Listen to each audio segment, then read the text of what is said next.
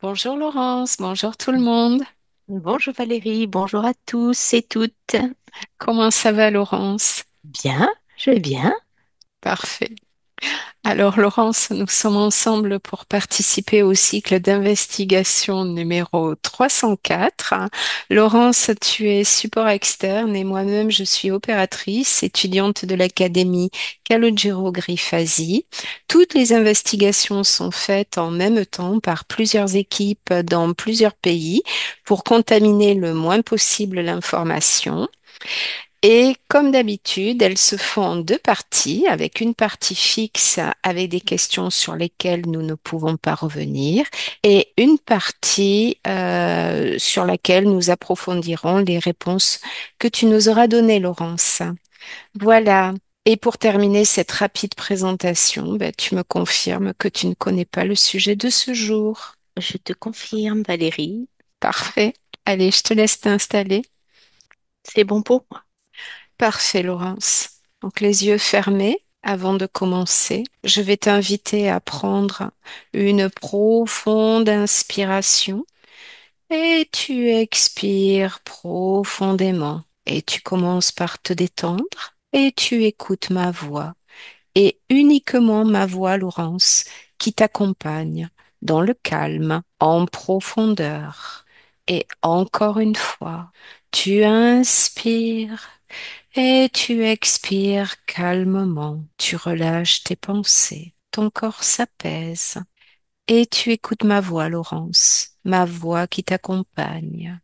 Et je vais compter de 3 à 1. Chaque chiffre est un palier et à chaque palier, ton corps s'enfoncera davantage, profondément détendu. 3,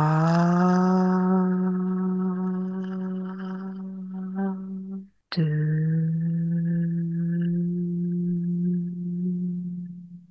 profondément détendu. Et un. Comment tu te sens, Laurence? Je me sens très bien. Parfait. Et maintenant, je vais compter de 1 à 3 et à mon 3, connecte-toi au mot Néphilim et dis-moi ce que tu perçois ou tu visualises. 1, 2, 3.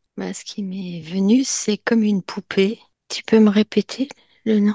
Je te répète la question. Né, connecte-toi au mot Néphilim. Je te l'épelle. Néphilim. Et tu me dis ce que tu perçois ou tu visualises. Ce que je visualise, c'est la première image qui m'est venue. J'ai vu une poupée qu'on couchait et que les yeux se fermaient. D'accord. Est-ce que tu perçois autre chose? Non, non. Ok. Je passe à la question suivante. Les Néphilim sont mentionnés dans plusieurs textes anciens. Observe de quel plan, dimension ou origine ils proviennent. Ce que je perçois maintenant et ce que je ressens, Oui, j'y vois une dimension aquatique, d'accord. euh, comme un peu des sirènes. Ok, Oui, comme une sorte de caste. Oui, une sorte de caste, pardon. d'accord. Dans un milieu aquatique, mais pas que aquatique. Je ressens de l'eau. Ok, C'est tout pour l'instant, ce que je perçois. parfait. Les Néphilim avaient-ils un corps physique? Oui, non, ou seulement en partie? En partie. En partie, le haut Ok, du corps, je vois un corps physique. d'accord. Euh, c'est comme un conte ou euh, comme si ça sortait d'un, oui, moitié un corps physique, moitié un corps animal. Ok. C'est très rapide. C'est assez difficile à saisir. Tu changes ta perspective si tu as besoin D'accord. pour observer.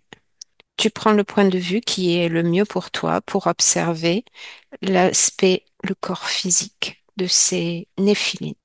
Mm. Alors, comme tu as dit en partie, je passe à la question d'après. Quelles caractéristiques physiques vois-tu ou perçois-tu et décris-les? Je ressens beaucoup de féminin, euh, Oui, mais pas l'aspect féminin, tu vois, physique. Je ressens que les gènes sont féminins. d'accord. La façon d'être, Intéressant. ouais. Même si j'ai du mal à- hum, ouais, je vois pas que ça soit vraiment sexué D'accord. dans le corporel, hein, j'entends, avec des organes Oui, oui, génitaux d'un sexe ou de l'autre, hein. C'est comme un conte. d'accord. Je passe à la question suivante. Décode leur code génétique éthérique et décrit leur forme d'origine à mon 3. 1, 2, 3. Moitié, on pourrait les apparenter à, à des reptiliens, mais ça ne l'est pas. Leur ADN ne correspond pas. Comme un ADN de sirène, quoi. Donc un peu d'un milieu, comme je ressens que c'est aquatique. Voilà. D'accord. Est-ce que tu perçois autre chose sur leur code génétique? Ils changent d'aspect. Parfois, c'est comme un poisson en entier, mais et comme une sirène. D'accord. Et ça peut être mâle ou femelle. Euh, Bien. Tu Ça veux peut, rajouter autre chose? ouais, l'aspect est surprenant de ce que j'observe. Oui. Ça peut être très vaporeux, presque transparent, et puis tout d'un coup, ça se densifie, ça se corporalise, et hop, ça revient. C'est très fuyant et c'est comme si ça pouvait provoquer des tourments. D'accord. Bien. C'est tout ce que je vois là. Parfait. Alors, je passe à la question suivante. Y a-t-il un lien entre les Néphilim et la Terre et la planète Terre dans un passé lointain? Dis-moi ce que tu perçois. Ouais, c'est très lointain, très Oui, lointain. Euh, Ça sort comme un songe de la tête des personnes que j'observe. C'est comme une création. C'est presque sorti d'une fresque. Je te disais un conte, mais oui, maintenant, c'est comme sorti d'une fresque. d'accord, Voilà, c'était représenté comme des fresques, et puis tout d'un coup, euh, c'est comme né de l'imagination des personnes. d'accord, intéressant. Est-ce que tu veux rajouter autre chose? Non? Bien. Je passe à la question suivante.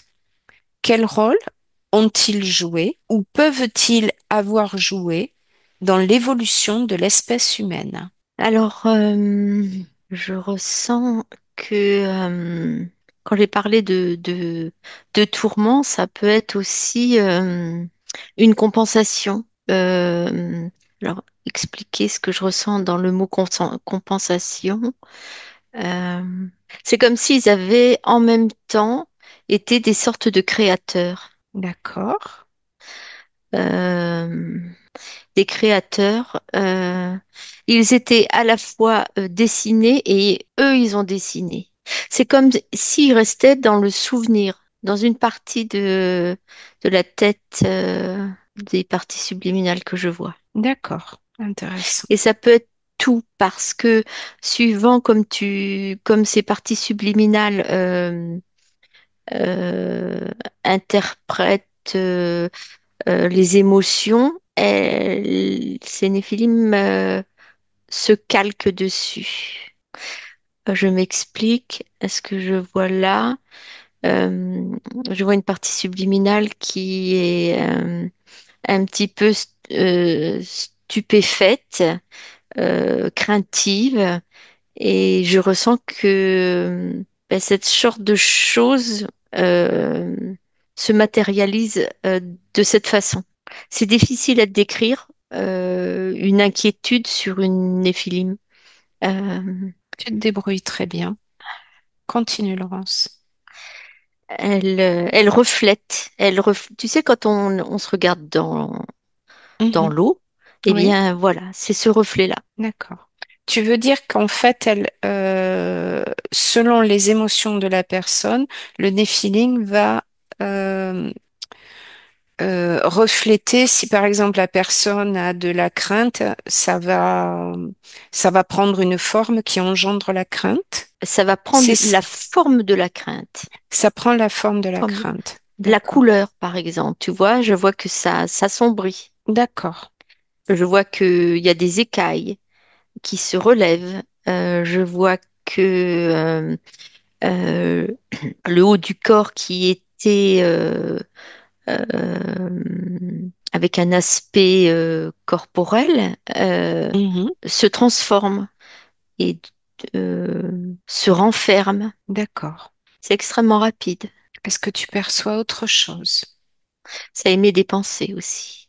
Et Mhm. les mêmes pensées que ça se calque entièrement sur la pensée des personnes. C'est à quelques... il y a pratiquement pas de décalage entre la pensée et ça.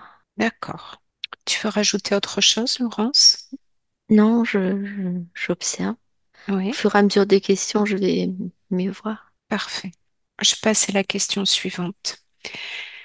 Y a-t-il des traces de leur présence dans les civilisations humaines anciennes?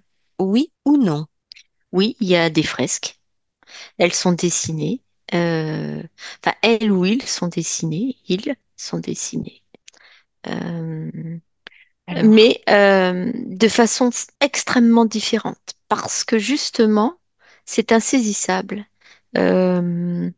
C'est comme si elles reflétaient, et ça peut même être changeant, même dessiné d'accord. ou gravé. Ok. Suivant.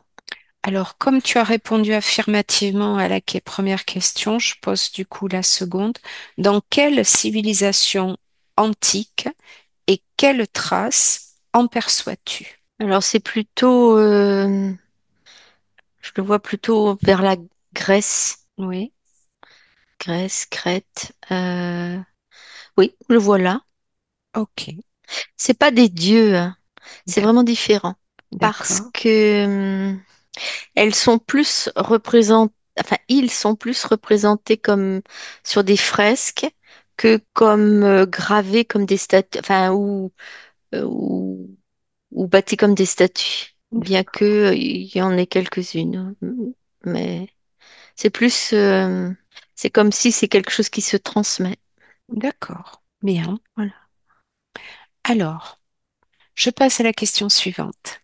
Leur présence ou leur influence, Mm. ça va, Laurence? Oui, oui, oui, Ok. Tu je vais bien. connectes des sensations physiques si tu as besoin, hein. Mm. Leur présence ou leur influence est-elle encore active aujourd'hui? Oui, non ou seulement en partie? Euh, En partie parce que ça dépend de la place qu'on leur donne et du souvenir qu'on leur donne, de la mémoire qu'on leur donne. C'est vraiment filant. Je les vois même pénétrer dans les parties subliminales. D'accord, intéressant. Ça cherche à vraiment s'approprier et la pensée, les émotions, les fréquences. Ça se calque. Euh, c'est un peu comme des sortes de piti, je dirais. Comme si aussi elles pouvaient être utiles pour faire des prévisions, avoir des visions, D'accord, parce qu'elles ont vraiment des pouvoirs très développés d'anticipation, de vision sur le futur, le passé. C'est comme si elles voyaient en plusieurs dimensions. C'est pas voir, c'est ressentir, euh, tout en se calquant sur les personnes qui... il y a des... C'est comme s'il y en a qui se rendent compte que, elles sont là et d'autres ne s'en rendent pas compte. Et donc, elles sont utiles à certains et néfastes à d'autres. d'accord, Ça dépend comment on s'approche. Ça dépend de l'approche qu'on en a. D'accord. Ok. Est-ce que tu as autre chose à rajouter? Je ressens un aspect assez guerrier. Alors Oui, guerrier, guerrière, c'est assez complexe parce que c'est à la fois les deux, l'un et l'autre, l'une et l'autre. d'accord. C'est difficile de dire il ou elle. Bien. Mm. Alors, tu as un petit peu répondu, mais comme tu as répondu en partie, sous quelle forme leur présence ou leur influence est-elle encore active? Bah, toujours dans la façon dont on les approche, l'approche qu'on en a. Est-ce que on en garde une mémoire de crainte, de peur ou d'utilité? Quand j'observe à notre époque, si on en a une approche d'utilité, elles permettent de voir de même provoquer des événements. Il suffit que le, le- la personne y pense, s'appuie comme une alliée avec ces néphilim. D'accord, Euh, elles, elles appuient aussi sur la proprioception des choses, comme d'accord, si elles permettaient d'avoir un sixième sens, qui est la proprioception. C'est ce que j'observe. d'accord. Parfait. Je passe à la question suivante. Oui.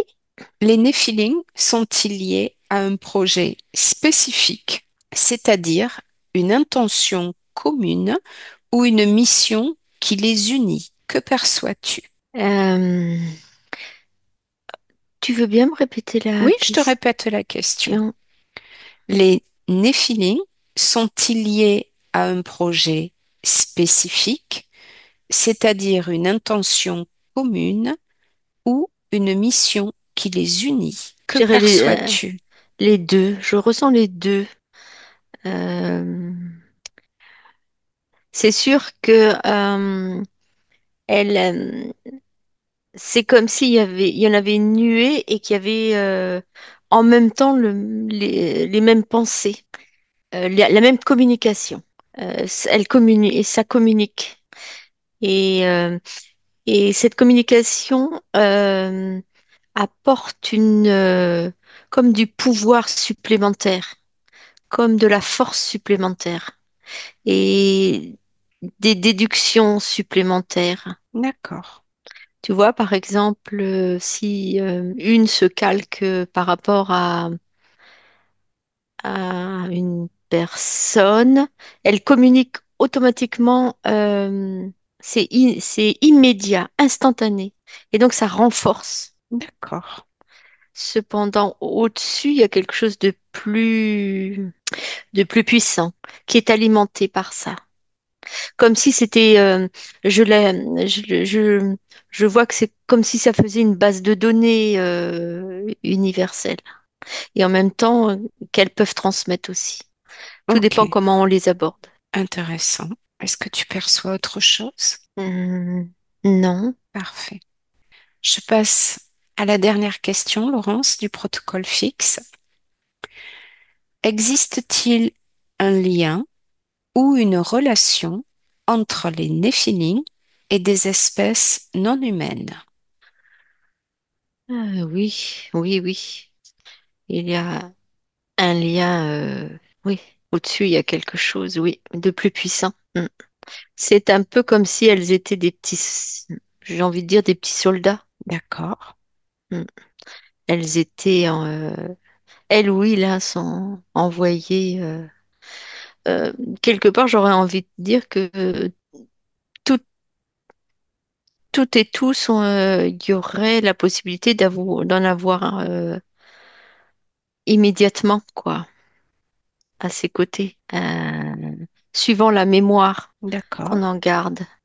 Elles prennent vraiment des couleurs instantanément. C'est curieux à observer. Oui, c'est curieux à observer. d'accord, Alors certains vraiment les évitent, hein. Et d'ailleurs, elles s'en approchent pas. C'est des gens assez cartésiens. Euh, c'est comme s'il y a des profils de personnes qui ne les intéressent pas. Elles perdent pas le temps. Oui, ils perdent pas le temps avec ça. Voilà. Intéressant. Ça peut même aller jusqu'à euh, comment diriger la parole. C'est ce que tu perçois? Oui, oui, oui. Et même des comportements ou des gestes. Euh, mais c'est toujours en corrélation avec le comportement des gens. Voilà. Ce qui fait D'accord. que le comportement est immédiatement calqué et il peut être renforcé. D'accord. Intéressant. Donc, si c'est bien utilisé, ça peut donner des super pouvoirs, hein. Oui, notamment de vision, et de création. Ouais, enfin, ouais, comme à l'époque où c'était comme des pythis qui, des prêtres s'en servaient pour traduire des événements climatiques, des déplacements d'oiseaux, par exemple, en nuée. Oui, Euh, qu'est-ce que je perçois d'autre? Des invasions d'insectes sur les récoltes. Cependant, c'était en premier lieu l'interprétation que le prêtre en fait qui consolide l'effet. d'accord. Ok. Est-ce que tu perçois autre chose, Laurence?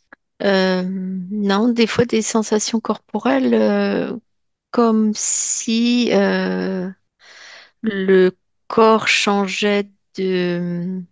Là, parce que j'observe une partie subliminale et je ressens que son corps peut être allégé ou plus lourd. Parce qu'elle se connecte Oui, à ce qu'on va appeler néphilim? oui. D'accord. Comme tout d'un coup, une sensation aussi de tomber dans le vide, bien que ça soit très léger. D'accord. Bien. Ça peut aussi s'immiscer dans la partie onirique des personnes, dans les sommeils, les rêves. D'accord. Voilà. Ouais. Ok. Bien. Alors, Laurence, nous avons terminé le protocole fixe. Maintenant, nous allons revenir sur les réponses que tu as apportées et on va les approfondir un petit peu. Je voudrais que tu reviennes sur l'observation euh, des caractéristiques énergétiques de ces néphilim. D'un point de vue énergétique, qu'est-ce que tu perçois? Une grande puissance, très grande puissance de pensée, de immédiate, c'est comme des tourbillons, comme un cyclone au point de vue énergétique, hein. Oui, oui, oui. Et c'est pour ça que dans le corps, c'est comme si tout d'un coup, il n'y avait pas de gravité enfin, il n'y avait pas de gravité. C'est ce que je ressens. D'accord, Ça peut être comme comme une masse solide et en même temps insaisissable. d'accord. Donc, quand tu les observes au niveau des caractéristiques énergétiques, tu vois une espèce de masse, c'est ça? Les deux, ça Les peut deux? être une masse, ça peut être coloré. Je vois des coloris orange, beaucoup d'orange, Ok, à l'aspect neutre. Mais dès que elles se calquent à la pensée, elles prennent la couleur de l'émotion, d'accord. la, f- la, la forme. Mais j'attribue ça plus à la proprioception qu'elles ont. C'est même au-delà de la proprioception. Ok. Maintenant, je voudrais que tu observes les caractéristiques génétiques. Tu as parlé tout à l'heure de gènes féminins. Je voudrais que tu te focalises un petit peu là-dessus. Tu fais un point de focus et ce que tu perçois au niveau des gènes. Alors là, si je focus sur des gènes féminins, Mhm. ça devient féminin. D'accord.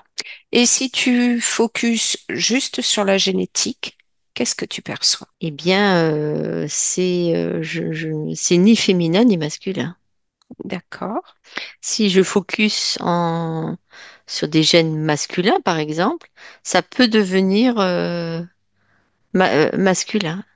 Mais c'est en, en, en sensation, ni l'un ni l'autre.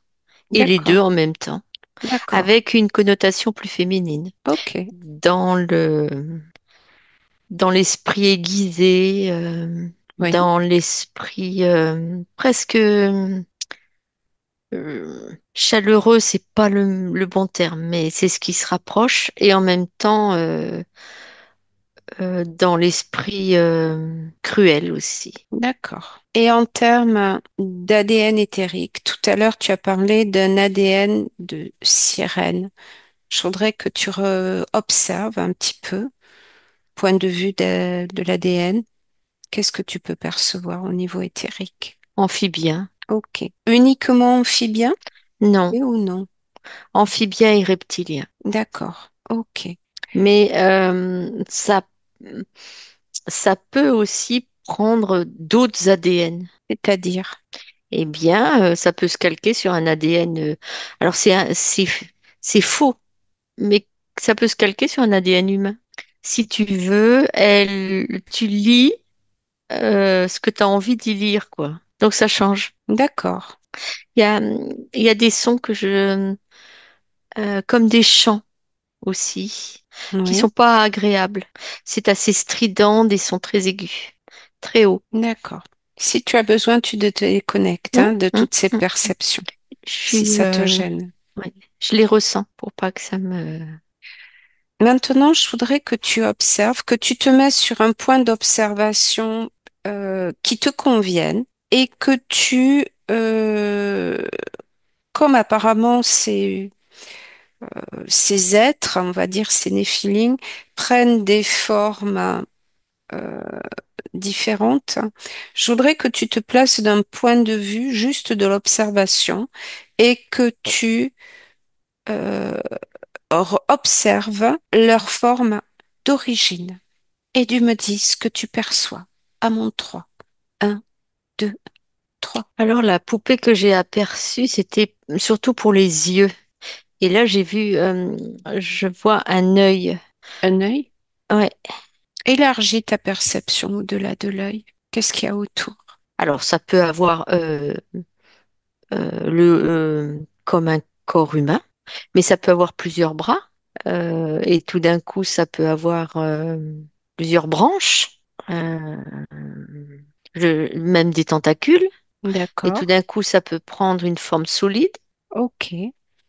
Il faut vraiment être neutre. Voilà, je garde toute ma neutralité pour euh, voir leur forme réelle. D'accord. Et même, tu es en train de dire que même leur forme réelle change. Oui ou non? Ou quand leur vraie forme, ce que j'observe, c'est que c'est orange, c'est très coloré dans les couleurs orange. D'accord. Mais il y a des représentations euh, sous forme humaine. Euh, alors, les personnes qui ont représenté ça sous forme humaine, c'était pour les rassurer, pour leur donner quelque chose de plus compatible avec eux.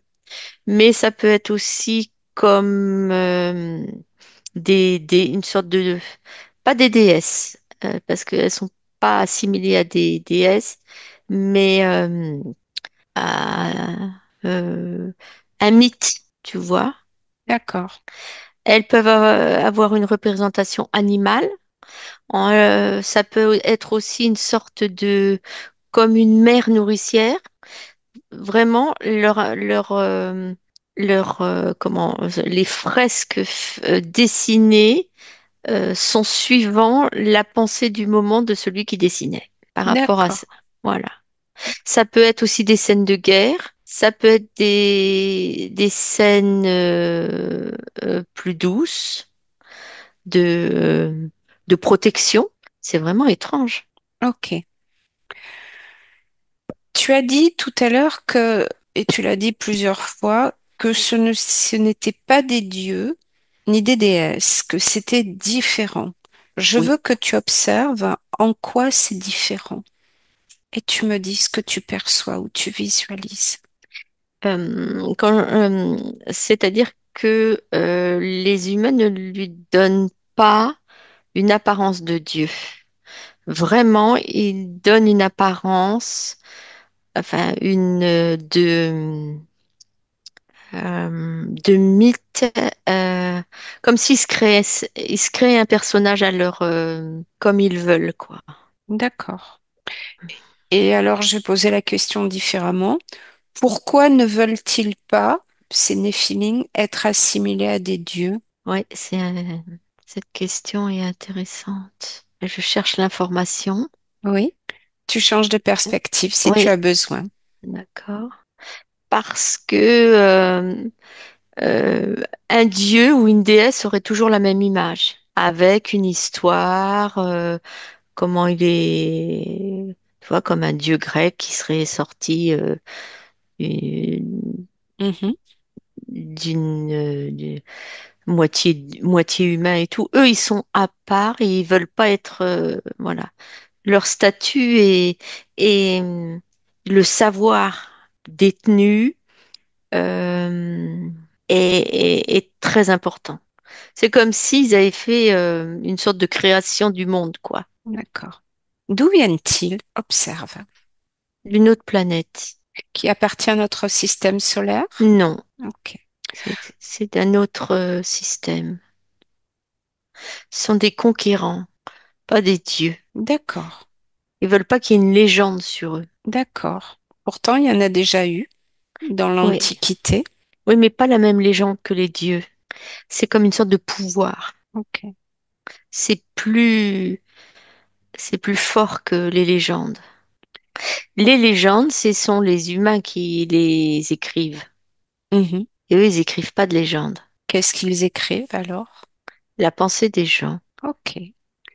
Tu as dit tout à l'heure et dans quel but ils écrivent la pensée des gens? Quel est leur Ça y est. but, leur objectif? Alors, ni bien ni mal, il n'y a pas de sentiment. Si ça peut être à développer un peuple qui qui vit normalement, mais ça peut être aussi un peuple cruel. C'est Quand je te dis que c'est pas la même légende qu'un dieu ou une déesse, eux, ils n'ont pas besoin d'avoir eu des statues ou qu'on écrive sur eux, quoi. On dessine sur eux parce que les humains ont besoin d'extérioriser ça. Euh, euh, mais leur pouvoir est infiniment plus important, Ok.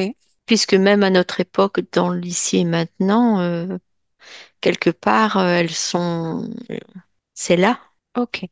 Justement, je voudrais que tu me dises, puisqu'ils sont arrivés il y a très longtemps, déjà, je voudrais que, à mon 3, tu remontes au moment de leur venue et tu me dis ce que tu observes. À mon 3. Un, 2, 3. Allez, on y va. Mhm. Qu'est-ce que tu observes au moment où ils arrivent? On est à quelle époque? Ah, c'est des millions d'années.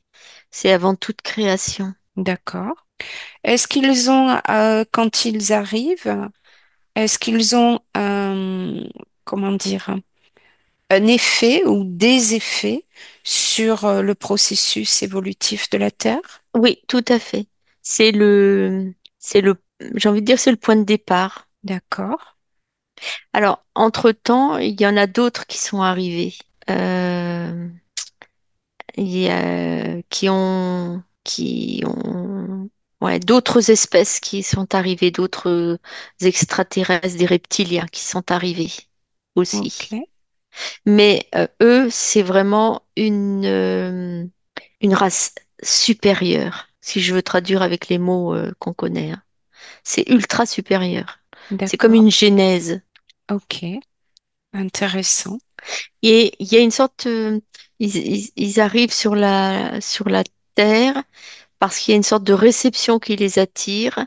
Tout est à créer et c'est ça qui les attire. D'accord. Et c'est comme s'ils alimentaient la Terre pour que toute cette création débute. Ok.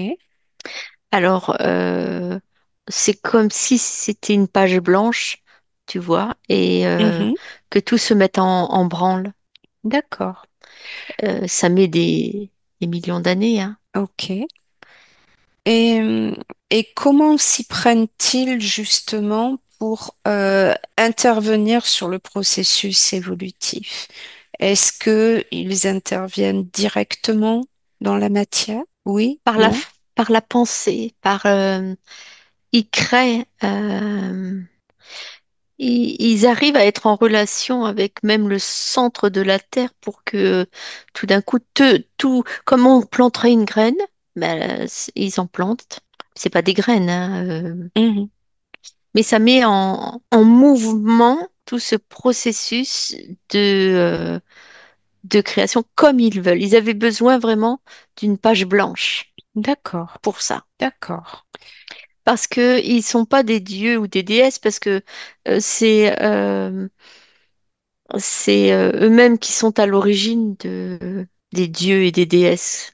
Euh, euh, Parce que l'être humain a toujours besoin de croire en quelque chose. Donc, il suffit qu'un être humain pense, tiens, voilà, je crée ça. J'ai envie d'un dieu, tu vois, ou d'une déesse, ou de plusieurs dieux, ou, eh ben, ça se crée. Ok. Et donc, on a vu, donc, ils sont venus. Là, tu as parlé de ça. Donc, ils ont interagi sur le processus d'évolution de la Dans l'eau Terre, déjà, ouais, beaucoup aussi au niveau de l'eau. de l'eau. Ouais, Est-ce qu'ils interagissent également avec les animaux, les végétaux? ils sont à l'origine de tout. D'accord. De même, la sortie de certains amphibiens à qui ils poussent des pattes tout d'un coup pour que leur système respiratoire change. Ils sont à l'origine de tout ça. Ok. Maintenant, je voudrais que tu regardes euh, les effets sur l'humanité depuis qu'ils sont là. Tu te mets sur un point de vue assez général et tu observes leur influence sur toute l'humanité.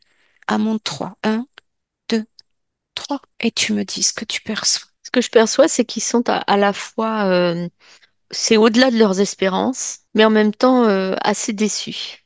Parce que ils étaient aussi là pour donner beaucoup de savoir. Oui, Et ben pour certains, les humains, ça se passe pas comme ça, quoi. d'accord. C'est au-delà de leurs espérances parce que eh ben, tout ce qui est imaginé est créé Oui. dans les bonnes choses, comme ce qu'on peut dire, les choses un petit peu plus dures à vivre pour les humains. Mhm. Tu vois, c'est pas professeur tournesol, quoi. Euh, Ils étaient prêts à même offrir des capacités énormes parce que quand tu penses que euh, un animal amphibien peut sortir de l'eau, des poumons peuvent se créer, des pattes peuvent pousser, sur des millions d'années, hein, bien Oui, oui, sûr. bien sûr. Eh bien, quelque part, au niveau du cerveau humain aussi, toutes les capacités qui leur étaient offertes, quoi. Et il y a cette partie qu'on appelle partie reptilienne, même dans le cerveau humain, quoi, qui empêche ces capacités de se développer. D'accord. Alors elles sont, c'est au-delà de leurs espérances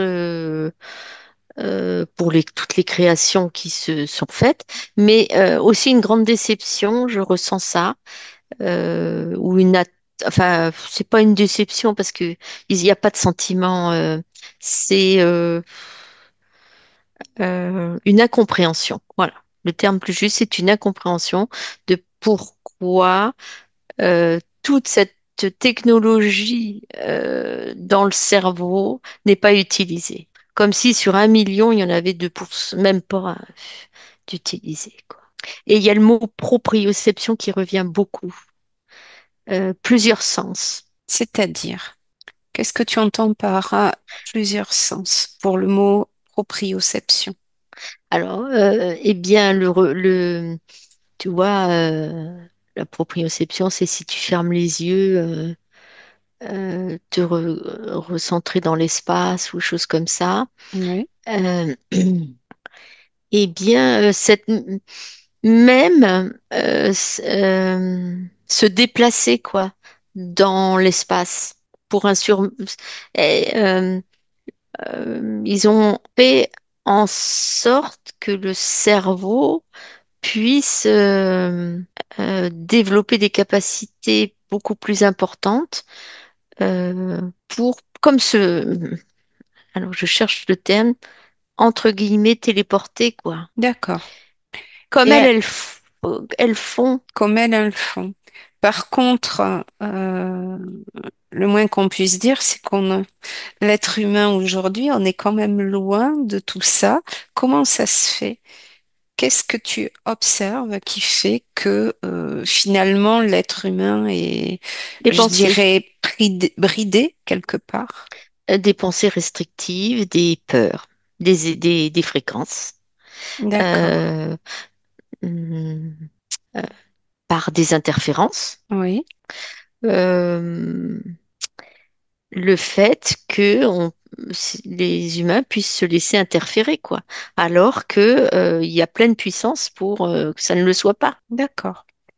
Alors, justement, tu les as décrits tout à l'heure, ces Néphilim, comme une race, alors, entre guillemets, hein, je schématise, supérieure. Hein. Comment, comment vivent-ils ou interagissent-ils avec les autres espèces, avec les autres races? Euh, Un grand dédain, une ignorance complète. C'est vraiment pour eux, c'est des sous-races, quoi. C'est des chiens. d'accord. Ouais. Autant pour nous que pour Non, des pas reptiles. forcément nous, parce que on faisait partie du scénario pour développer justement des capacités ultrasensorielles. D'accord. Et par rapport aux autres races, donc, euh, par exemple, cite-moi d'autres races. Des reptiliens, des insectoïdes, des humanoïdes, tout ça, c'est pour eux Ça, ça génère beaucoup trop entre guillemets, carburant de fréquences. Ça se D'accord, nourrit comme des sangsues. Ça fabrique, ça adore les peurs, les choses comme ça. C'est comme si c'était des scribouillards, quoi, des empêcheurs de tourner en rond, quoi. d'accord, Ces films sont beaucoup dans la neutralité, sauf elles expérimentent finalement une pensée d'un être humain, d'accord, puisque au même moment où ils pensent, elles se calquent dessus, comme pour analyser et, euh, et, et, et, et donner à l'être humain cette possibilité ultrasensorielle. d'accord. Et justement, est-ce que aujourd'hui, donc ils sont arrivés dans des temps très reculés, euh, est-ce qu'il y en a beaucoup encore aujourd'hui de ces Néphilim sur Terre? Qu'est-ce que tu perçois? Non, il y a Qu'est-ce que beaucoup tu moins. observes? Parce qu'il n'y a plus rien. C'est comme si il y aurait plus rien à sublimer, quoi. D'accord. Ils sont Enfin, repartis? une bonne partie, oui. Parce que ce sont des conquérants. Ce sont des archéologues, ce sont des découvreurs, ce sont des créateurs qui ont besoin de retrouver une page blanche. D'ailleurs, ils en ont retrouvé ailleurs. D'accord. Parce Et qu'avant la Terre, il y en avait eu d'autres choses, plus ou moins réussies, plus ou moins... mais voilà, ça, ce sont des êtres qui ont besoin d'une page blanche mhm, et vraiment de capter et de transmettre une grande intelligence sensorielle. d'accord. Et ceux qui restent, s'il en reste quelques-uns, qu'est-ce qu'ils font aujourd'hui, au jour de, je te parle, en 2025? Des transmetteurs d'évolution. C'est comme s'ils transmettaient ce qui se passe. Voilà. C'est comme Entre, si on, ouais, des gardes, pas des gardiens, euh, comment on appelle ça? Tu sais, des sentinelles. d'accord, Voilà. Mais qui transmettent l'information pour que dans une page blanche, ce que j'appelle la page blanche, hein, oui, sur dans une autre dimension, puisse se faire de peut-être et être améliorée d'accord, en constante évolution. Euh, intéressant. Est-ce que ils interviennent dans la vie des humains? Observe. Au départ, ils n'interviennent pas. Ouais, C'est ce que je ressens. Ils se calquent. Ils sont là pour se calquer. Et quand ils se calquent, c'est comme si ils essayaient de transmettre cette intelligence fréquentielle. d'accord, Et ils se heurtent, voilà. Donc, automatiquement, ils restent, ils prennent la pensée et ils, ils se dessinent de cette pensée. d'accord. Et Et il y a à l'époque des prêtres un petit peu plus qui ressentaient les choses avaient compris ça. Et d'ailleurs, elles s'en servaient. Ils s'en tu servaient parles des pour, Pythie dans la Grèce oui, antique? oui, ils s'en servaient euh, pour gouverner le monde, conseiller les rois.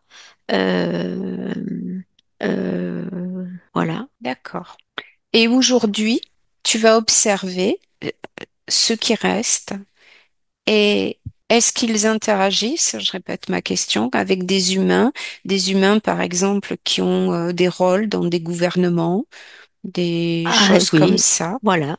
Ceux qui ont cette mémoire d'eux, qui savent s'en servir, mais aussi des chercheurs, des savants, des artistes, des euh, ouais, beaucoup de chercheurs. D'accord. Et alors, une question, comment ces personnes-là, ces chercheurs, ces gouvernants, rentrent-elles en contact avec ces néphilim? C'est instinctif. D'accord, C'est comme si parce elle se calque aux fréquences, aux émotions, mais elle se calque au corps aussi. Et ce que je viens de voir à l'instant, c'est comme si euh, une sorte de double de l'humain elle s'était sortie du corps de façon subliminale. d'accord. Et quel est l'impact de ça justement sur une partie subliminale qui est que le néphilim se calque, si j'ai bien compris, sur le corps? Est-ce que ça a un impact sur les parties subliminales? Oui, Oui, ça peut, non, ou oui, partiellement? c'est perturbant. D'accord, C'est comme si elles avaient l'impression d'être doubles ou d'être un peu séparées et dissociées. d'accord. C'est très différent des dissociations qu'on peut voir dans des sessions, des choses comme ça. C'est étrange comme Et donc, qui est à l'origine du contact? Est-ce que ce sont les humains ou est-ce que ce sont ces néphilim chaque fois? j'ai pas compris quel contact. On veut rentrer en contact avec ces néphilines. Est-ce que tu as dit que, ils se calquaient sur la pensée de la personne? Est-ce que c'est eux qui sont à l'origine du contact ou les humains? Est-ce que ça C'est, va dans les deux sens? c'est dans les deux sens parce D'accord, que euh, cette, euh, ce sont des intelligences tellement développées et ce que je ressens, c'est que elles sont aussi à l'origine de ceux qui créent l'intelligence artificielle. d'accord. Quel impact ça a, qu'elle soit à l'origine de cela? Une transmission de beaucoup d'informations, Ok. des capacités, Mhm. et elles peuvent même se calquer à l'intelligence artificielle. Intéressant. Et d'ailleurs, ce que je ressens, c'est elles sont intéressées par cette intelligence artificielle. En quoi ça les intéresse, étant donné que tu as dit tout à l'heure qu'elles avaient quand même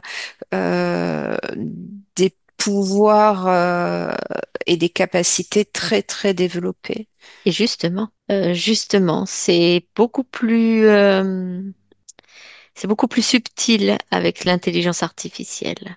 C'est sorti forcément c'est, c'est sorti de l'humain, c'est créé par l'humain, mais en même temps, c'est alimenté par d'autres interférences. Donc là, c'est un peu comme une sorte de seconde page blanche sur la Terre. D'accord, Parce que elle reste vraiment dans la neutralité et ce savoir, cette intelligence fréquentielle, émotionnelle et euh, elle le partage avec qui veut bien le partager, quoi. d'accord, Mais comme elles sont absolument euh, très dédaigneuses de ces races interférentes qu'elles vraiment complètement subalternes. Elles alimentent ça et puis après, bah, ils en font ce qu'ils veulent. C'est assez fouillis, hein, j'ai même d'accord. des sensations au bout des doigts. Oui, Des, des... Je ressens mon sang au bout des doigts. d'accord. Comme je te dis, tu te déconnectes des sensations physiques, hein, si tu as besoin. Comme si j'avais je te dis ce que je ressens, comme ça tu Mhm. sais, comme si j'avais la sensation qu'au bout de mes mains, il y ait des créations possibles. Euh, les mains, c'est pas juste des mains comme ça peut créer tellement de choses. C'est comme si j'en avais eu un rappel là. D'accord, intéressant. Est-ce que c'est un rappel comme quoi l'être humain est un créateur? Oui, Est-ce qu'on peut le prendre comme ça? oui, D'accord. tu créer, créerons ce que on veut bien créer. Et est-ce que de leur point de vue, il y a un moyen de déverrouiller l'être humain? Hmm, déverrouiller. Déverrouiller dans le sens de enlever les peurs, les croyances, les fréquences limitantes, des choses comme ça. Ah bah bien sûr que enfin, elle le voit, mais bien avant, quoi. Que tout ça, c'est des créations, quoi, qui appartiennent pas. Elle voit le jeu des interférences et des choses comme ça, mais pour elle, ben, si tu as choisi d'y croire, t'y crois. Si tu choisis de te croire toi, ben voilà, on se calque sur ce que tu veux. D'accord. Alors, il y a quelque chose sur lequel j'aimerais revenir parce que tu dis que ce sont des êtres, je vais les appeler comme ça, faute de mieux, Hmm. relativement neutres dans leur action. Et pourtant, tout à l'heure, tu disais que tu ressentais une énergie quand même guerrière, une énergie de conquérant. Oui, mais avoir une énergie guerrière veut pas dire forcément de faire la guerre. D'accord, Conquérant veut pas dire écraser. intéressant. On peut conquérir son soi. C'est-à-dire qu'on peut le laisser apparaître. On peut avoir une énergie guerrière en disant euh, euh, venez pas me faire suer, quoi. Je défends juste mon territoire sans agresser l'autre. Ok. Tu vois? Hmm, je vois, tout à fait. Hein. Et, alors, le sujet est très vaste, mais j'aimerais, pour terminer, qu'on regarde un petit peu euh, l'influence de ces néphilings sur les parties subliminales humaines aujourd'hui et que tu observes comment une partie subliminale peut réagir au mieux à ces présences-là. Tu observes ça à mon 3. 1, 2, 3. C'est beaucoup plus facile. C'est beaucoup plus fluide. Euh, je dirais. D'accord. Il n'y a pas une réaction à ces présences-là.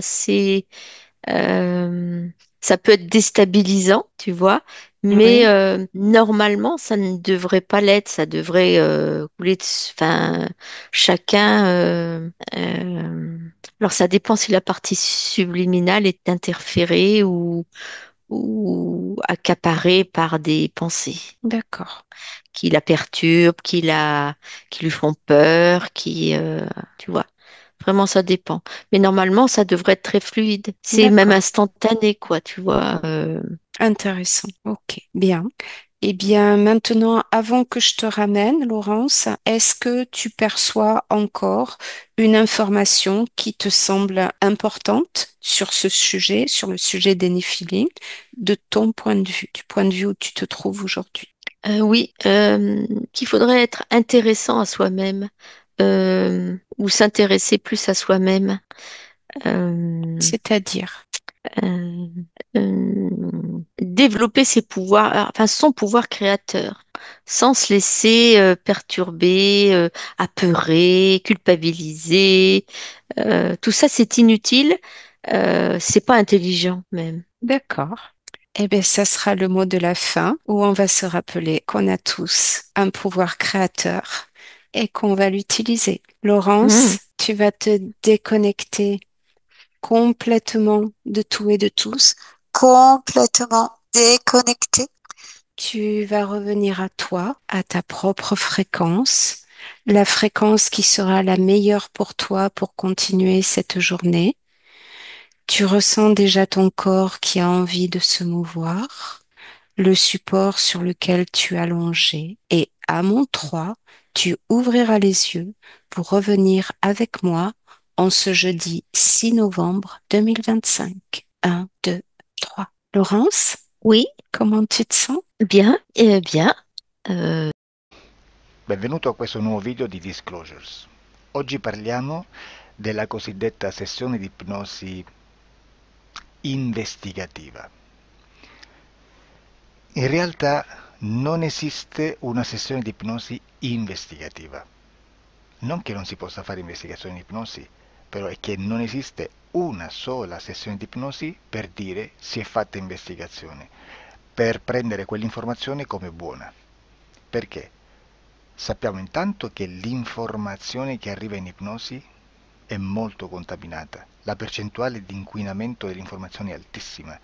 Pensate a questa informazione che viaggia per tantissime dimensioni, attraversa densità, passa per coscienze che volontariamente o involontariamente possono distorcerla e poi arriva infine alla persona che sta in ipnosi, che ha una coscienza, ha una mente, ha un'esperienza e interpreta questa informazione secondo la sua struttura mentale, secondo le sue credenze, che per quanto si possa essere più o meno liberi mentalmente, liberi pensatori, sempre c'è una parte subliminale che interpreta in base all'educazione ricevuta, alla cultura e perché no, anche tutte le esperienze di esistenze passate che ancora lasciano un segno in noi.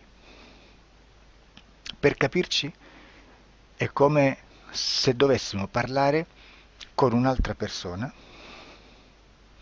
immersi nell'acqua, a qualche metro di distanza, cercando di utilizzare un mezzo, che è quello della corda vocale, che è fatto per produrre suoni da trasmettere nell'aria.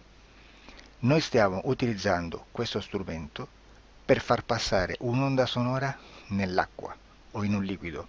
Chiaramente il suono viene completamente distorto, sempre ammesso che sia per il nostro corpo facile e non difficoltoso poterlo fare senza avere dei problemi come ingurgitare acqua o eccetera.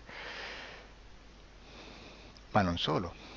Supponiamo che per questo tipo di comunicazione utilizziamo anche due lingue diverse, per esempio un italiano e un russo o un giapponese. Per quanto possiamo anche interpretare il labiale, non possiamo capire quello che ci sta dicendo, perché la lingua è diversa. La lingua, diciamo, da dove parte l'informazione a dove arriva è completamente diversa, il codice, il linguaggio è diverso, ma possiamo anche cercare di capirci attraverso i gesti, attraverso le espressioni facciali. Per quanto sia ipoteticamente facile poterlo fare sott'acqua, però non dobbiamo dimenticare che l'acqua non è l'aria e può distorcere l'immagine, ma non solo. Dobbiamo anche pensare che l'altra persona, che parla un'altra lingua, che viene da un'altra cultura, potrebbe interpretare i segnali che noi interpretiamo come X in Y. Per noi un sì è abbassare la testa dall'alto verso il basso, per esempio, sì, e il no da sinistra verso destra, no. In alcuni paesi orientali, come le Filippine credo o qualcun altro, utilizzano esattamente gli stessi segni, ma al contrario. No, sì. Immaginate due persone di queste due culture che stanno cercando di comunicare in maniera così difficoltosa e alla fine non gli rimane altro che interpretare il linguaggio corporale. Sì, che per l'altro invece no. Cosa voglio dire con questo esempio estremo? Che l'informazione da dove parte a dove arriva viene completamente deformata. Non sappiamo esattamente quale percentuale perché ogni situazione è a sé stante, però la percentuale di inquinamento, di distorsione, di contaminazione di questa informazione è assolutamente alto. Quindi fare una sessione investigativa, mettere una persona in ipnosi e chiedere di Tizio Caio Sempronio di una situazione o chiedere certi dati è assolutamente controproducente, è assolutamente inutile. Quindi vi chiederete cosa fate allora voi quando fate ipnosi, quando fate delle domande, quando cercate delle risposte e con queste informazioni che vi arrivano lavorate sulla situazione esoterica del cliente. Beh, non facciamo altro che recuperare questa informazione solamente per arrivare al problema del cliente e poi lavorarci.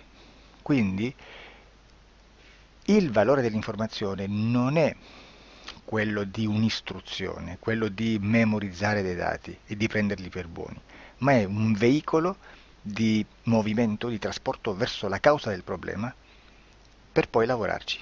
Quindi lo scopo di questo tipo di informazione che si prende dalla singola sessione è completamente un altro. Come si fa quindi? Investigazione in ipnosi. Il lavoro non è semplice, il lavoro è lungo, difficoltoso, stancante. È necessario farlo anche in squadra perché bisogna moltiplicare il numero di sessioni da fare e una sola persona potrebbe farlo soltanto in un tempo estremamente largo. Noi abbiamo delle informazioni che prendiamo ormai per buone, ci lavoriamo, danno dei risultati e quindi per noi sono buone. E come abbiamo fatto ad avere queste informazioni? Per esempio, come facciamo a sapere che un extraterrestre chiamato il cosiddetto grigio è più o meno alto X, poi ci sono magari quelli anche un po' più alti, ma hanno un corpo strano, hanno una pelle grigio-verde, hanno degli occhi grandi a mandorla neri, senza una pupilla visibile, non hanno quasi bocca né naso né orecchie, hanno soltanto delle fessure, non hanno organi genitali, hanno degli arti molto più lunghi rispetto alla proporzione che potrebbe avere il corpo umano e di solito hanno meno dita delle 5 del corpo umano, eccetera, eccetera, eccetera. O se no prendiamo un altro tipo di essere che possiamo incontrare in ipnosi, come facciamo a dire che hanno delle somiglianze con i rettili, gli animali rettili terrestri o gli animali, gli invertebrati, gli insetti terrestri? Perché? Perché siamo sicuri di questa informazione e ci lavoriamo e quando ci arriva la prendiamo già per buona, nonostante sia anch'essa contaminata.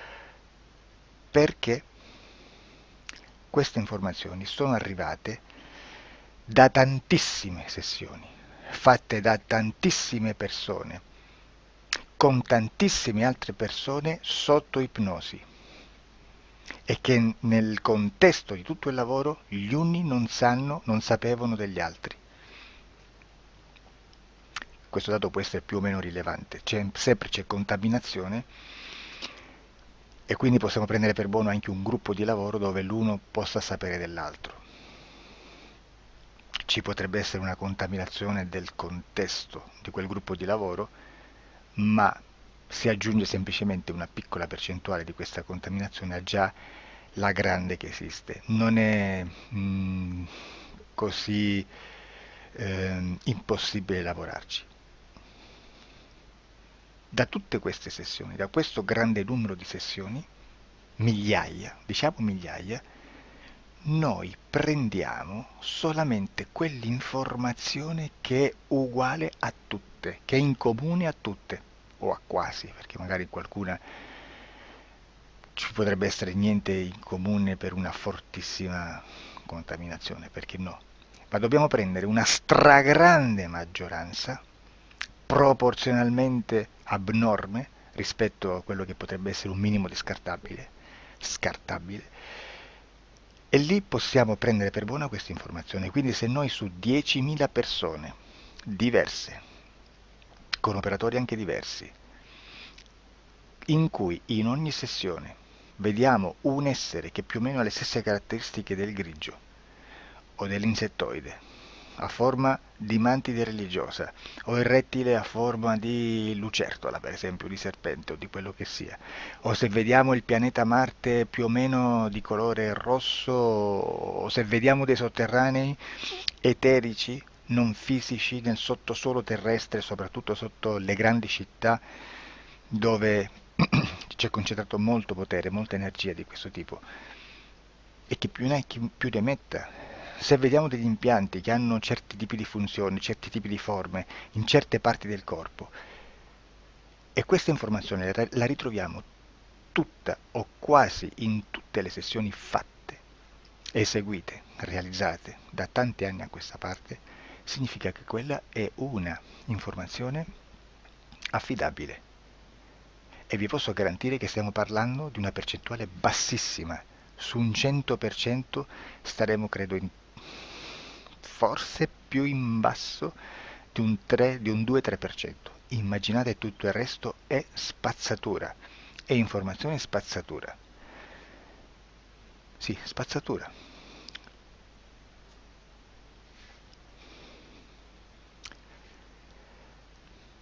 C'è anche un'altra cosa da dire. Supponiamo che un operatore faccia un'ipnosi e voglia andare a vedere cosa fa Tizio, cosa fa Caio, cosa fa Sempronio. Arrivano delle informazioni e si dice che Tizio è biondo, Caio è zoppo e Sempronio è uno sportivo. Intanto già abbiamo detto che una sessione soltanto non serve, d'accordo? Ma poi c'è da dire che una coscienza, un essere, in ambiente subliminale, la sua parte subliminale potrebbe non dare autorizzazione a questa fuoriuscita di informazioni. Mi potreste dire, e allora tu quando chiedi agli esseri cosa fanno, cosa non fanno? Beh, intanto la prendo sempre con le pinze perché abbiamo sempre detto che tutto è molto contaminato e mi serve solo per dirigermi da una parte. Ma c'è anche da dire che se un essere interferisce con l'altro, ha aperto un canale di comunicazione a cui non può ovviare, a meno che non lo recida, non lo annulli. Quindi quando io faccio la domanda a un essere, se lo faccio attraverso l'interferito, mi arriva l'informazione per un canale aperto che sottostà alla volontà dell'interferito. Sulla volontà dell'interferito parleremo in un prossimo video disclosures. Però, se io voglio fare un'investigazione sopra Tizio, Caio e Sempronio che non hanno nessun collegamento, nessuna interazione e nessuna interferenza con il soggetto con cui io sto realizzando l'ipnosi, non è detto che mi arrivi questa informazione. Assolutamente. Potrebbe esserci completamente un muro. Come potrebbe esserci informazioni perché quell'altra parte potrebbe autorizzare comunque. Ma non è detto. E comunque quando ci arrivano informazioni, in una situazione di non interferenza o non interazione, non possiamo sapere esattamente se sono informazioni che ha autorizzato la parte subliminale dell'altra persona o dell'altro essere, o qualche altro essere, qualche altra entità furba, approfitta della situazione, osserva quello che sta succedendo, si mette in mezzo, si fa passare per l'altro e dà informazioni, ovviamente distorte, prima perché non è detto che debba conoscerle, e anche se fosse potrebbe manipolarle a sua volontà e a suo vantaggio. E quindi immaginate che situazione ridicola ci si viene a trovare, in quale situazione ridicola ci si viene a trovare in questi casi. Da qui si vede quando un operatore riesce a utilizzare l'informazione in ipnosi come per lavorare su un soggetto. Da qui l'osservatore attento delle sessioni di ipnosi riesce a capire se quell'ipnosi è un'ipnosi affidabile, un'ipnosi con un livello di informazione certa, con una alta percentuale di informazione certa. Non vi nascondo che in futuro potrei anche impostare un lavoro per decifrare che livello di certezza di informazione c'è in un'ipnosi, analizzandola e spiegando il perché, spiegando i meccanismi di analisi di un'informazione in ipnosi, che poi anche è molto istintivo. Che Supponiamo che dobbiamo cercare un'informazione su internet, per esempio un fatto di cronaca. Voi preferite mettervi su un sito ufficiale? A caso. L'ANSA in Italia, ADN Kronos, qualche telegiornale che per quanto possano manipolare l'informazione ad alti livelli, comunque possiamo dare affidabile la fonte dell'informazione che viene trasmessa. Non possono trasmettere una bufala sicuramente. Verrà sicuramente manipolata ad altri livelli. Ne parleremo in altri video, ma a livello base la fonte è certa. Sicuramente non andrete a cercare questa informazione sul primo sito, il primo blog che vi passa davanti e magari ha 4 followers. Perché? Perché non vi dà nessuna garanzia della certezza della fonte.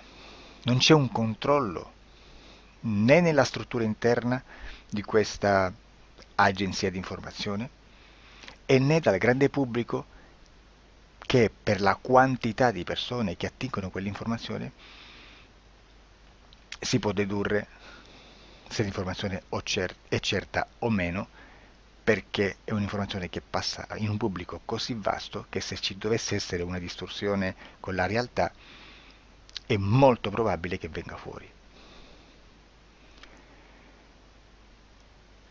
Credo che abbia detto quasi tutto sulle sessioni investigative. Prima di chiudere aggiungo che proprio per questo stiamo conducendo dei cicli di investigazione in ipnosi regressiva che comprendono tante sessioni con persone diverse, con una buona o eccellente suscettibilità ipnotica, sicuramente, per poter indagare su spazi ristretti su alcuni temi. Perché dico spazi ristretti? Perché se andiamo a prendere eventi grandi nel tempo, nello spazio, storici, parlare di qualcosa di molto generico implica una quantità di sessioni abnorme. Immaginate se dovessimo fare una sessione investigativa sui buchi neri, quanta informazione ci sarebbe e quante informazioni da filtrare. Sarebbe quasi impossibile farlo in questa maniera. Ma se noi riduciamo lo spazio di investigazione, se noi prendiamo per esempio, investighiamo sulla pedofilia nella Chiesa Cattolica, ecco, se già restringiamo il campo d'azione, è molto più facile che possiamo attingere informazioni affidabili, presuntamente affidabili, con un numero di sessioni sicuramente alte, ma ridotte rispetto ad altri tipi di sessioni molto più generiche, su temi molto più generici. Quindi per fare anche delle investigazioni su temi molto generici bisogna suddividerli in temi, in dettagli, per poi alla fine, quando tutta l'informazione è stata filtrata ed è stata dedotta l'informazione comune, si possono mettere insieme per cominciare a costruire il quadro, mettere insieme tutti i puzzles. Questo è il vero senso dell'informazione in ipnosi, quando si fa ipnosi investigativa. La sessione per risolvere una problematica, un problema, con una presunta origine esoterica di un cliente, di una persona, è un'altra cosa, sono altri metodi, altre tecniche e l'informazione si usa in un'altra maniera, ha un altro scopo. Grazie, ci vediamo al prossimo video. Disclosure.